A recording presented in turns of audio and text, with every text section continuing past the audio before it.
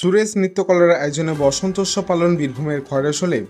এই দিন বৃহস্পতিবার বীরভূম জেলার খয়রাশোল থানার সুরেশ নৃত্যকলার আয়োজনে বসন্তোৎসব পালন করা হলো বীরভূমের খয়রাশোলের বিজয়কৃষ্ণ আশ্রমে 50 জন ছাত্রছাত্রী, অভিভাবক ও অভিভাবিকাদের নিয়ে নাচ গান কবিতার মধ্য দিয়ে গানের তালে নাচতে নাচতে খয়রাশোল গ্রাম পরিক্রমা করা হলো।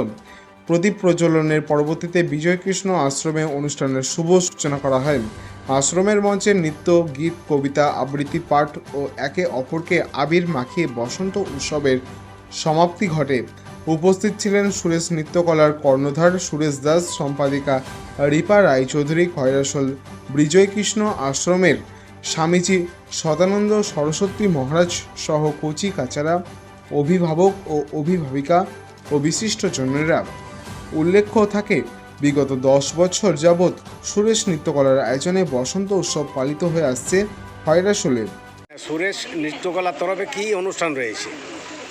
আমরা দীর্ঘ 10 বছর ধরে সুরেশ নৃত্যকলার পক্ষ থেকে খয়রাশোলে বসন্ত উৎসব পালন করে চলেছি। প্রথমে আমরা খয়রাশোল গ্রাম প্রদক্ষিণ করে আসি ওর গৃহবাসী গানের মধ্য দিয়ে, এবং আমরা অনুষ্ঠানের সূচনা করি প্রদীপ প্রজ্বলনের মধ্য দিয়ে।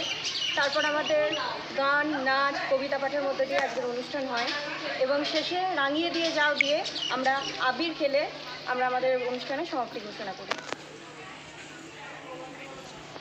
এই বসন্ত উৎসব পালনে আপনারা সমাজকে কি বার্তা দিলেন? এখনকার বাচ্চারা সবাই ফোনে বেশি আসক্ত, তাই সেখান থেকে বেরিয়ে এসে যদি নাচ, গান, কবিতার মধ্য দিয়ে থাকে, তাহলে সেটা তো আশা করছি পড়াশোনার ক্ষতি হয় না, তারা মানসিক দিক থেকে এবং শারীরিক দিক থেকে দুইভাবেই সুস্থ থাকে।